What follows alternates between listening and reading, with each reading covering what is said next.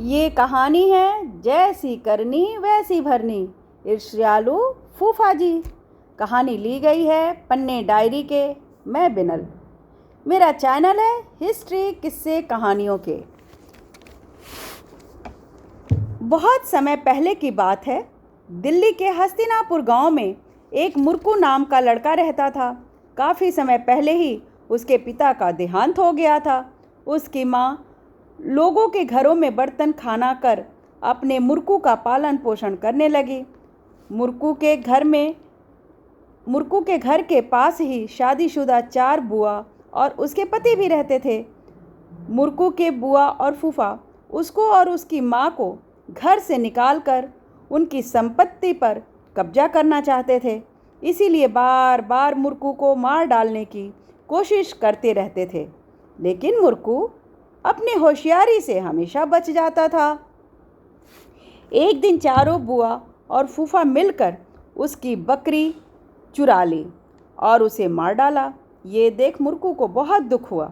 उसने बुआओं को सबक सिखाने के लिए बकरी का सिर काट गांव के पंडित के घर जा उसका सर छुपा दिया और ब्राह्मण को कहने लगा कि पंडित जी, आपके घर से मांस की बदबू आ रही है। पंडित जी ने गरज कर बोला, ये हो ही नहीं सकता। मैं पंडित हूँ, मेरे घर मीट मच्छी नहीं हो सकता। अगर तुम्हें बदबू आ रही है तो तुम मीट निकाल कर दिखाओ। थोड़ी देर में मुर्कू ने जहाँ बकरी का सर छुपाया था वहाँ से निकाल कर पंडित के सामने रख दिया। ये देख पंडित की हालत खराब हो गई। उसने मुर्कू को ढेर सारा पैसा व सोना देकर मुख बंद रखने को कहा और बोला, गांव में तुम किसी को बताओगे नहीं, नहीं तो कोई मुझे पूजा पाठ नहीं कराएगा तो मेरी रोजी रोटी कैसे चलेगी। धन लेकर अपने फूफाओं और बुआ को दिखाकर बोला, आप लोगों ने तो मेरी बकरी मार दी थी, जिसका मीट बाजार में बेचकर मैं इतने पैसे कमाए। वो लोग और मीट मांग रहे थे मगर मेरे पास तो था नहीं। आप लोग चाहे तो पड़ोस के गांव में मीट बेचकर पैसा कमा सकते हैं। बुआ फूफा बड़े खुश हो गए और अपने सभी गाय बछड़ा बकरी को काट मीट बाजार में ले जाकर बेचने के लिए बैठ गए। मगर उनके मीट की बिक्री बिल्कुल नहीं हुई, साथ ही जानवरों का नुकसान हुआ।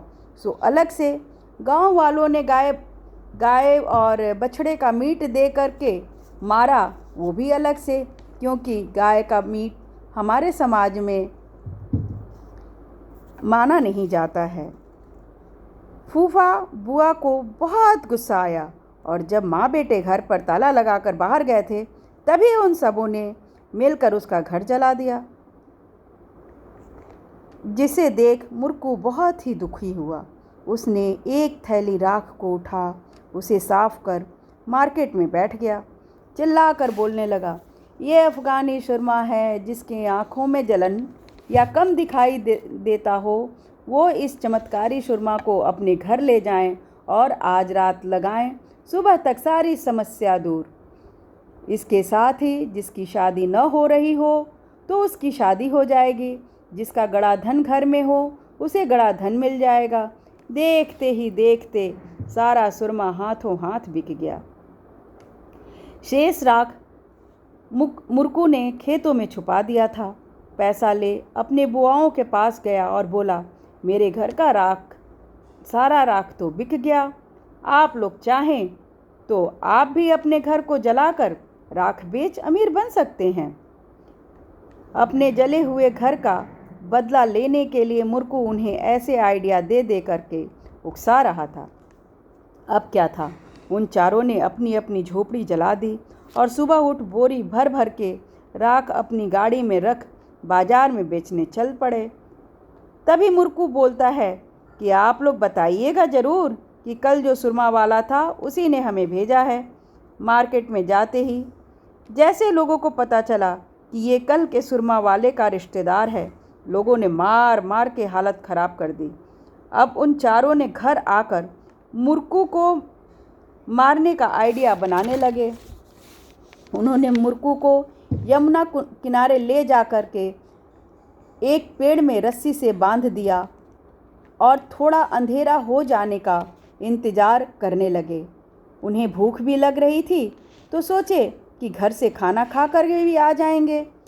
घर जा खाना खाने के बाद फूफाओं को थोड़ा आलस आने लगा, सो वो थोड़ा सो गए।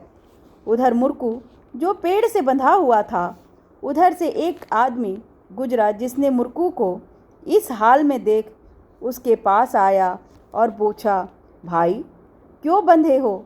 उसने बताया कि मेरी बुआ मेरी शादी एक बहुत ही खूबसूरत लड़की से कराना चाहती हैं, मगर मैं शादी के पक्ष में नहीं हूँ, इसलिए मुझे बांध दिया गया है ताकि मैं कहीं भाग न सकूं और मुझे मेरी शादी ज़बरदस्ती करा दें।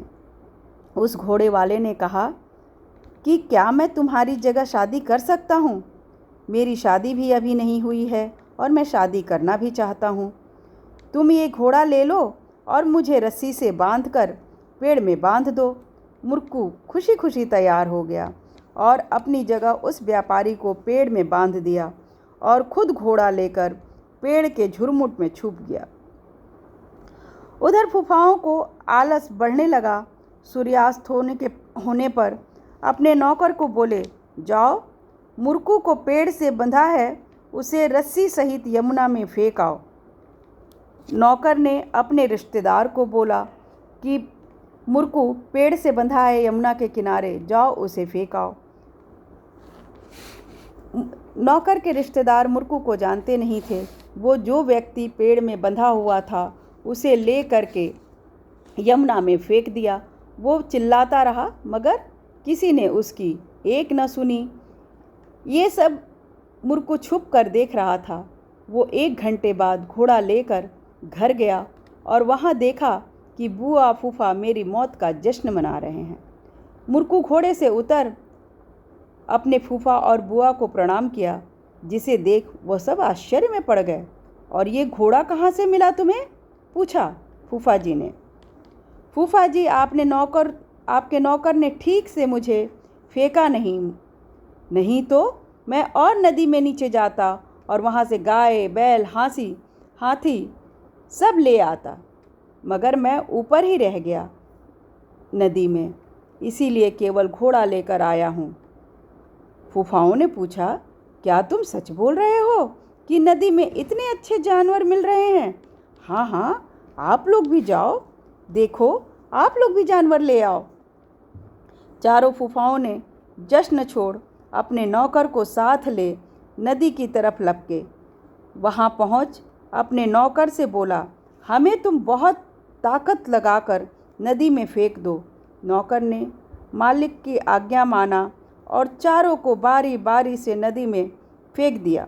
इस तरह मुर्कू को अपने जलनखोर फूफाओं से मुक्ति मिल गई। हे श्रोता, इसीलिए कहा जाता है, जैसी करनी वैसी भरनी।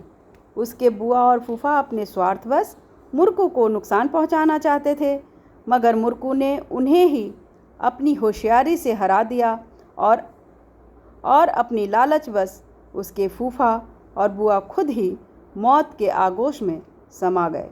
सो धन्यवाद गाइस। यदि आपको मेरी कहानियाँ अच्छी लग रही हैं तो इसे लाइक और सब्सक्राइब और कमेंट करना बिल्कुल भी ना भूलें।